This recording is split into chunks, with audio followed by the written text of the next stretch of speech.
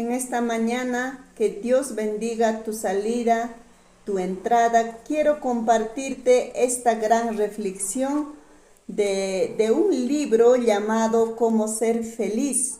En esta mañana nos dice este refrán o esta reflexión para cada uno de nosotros.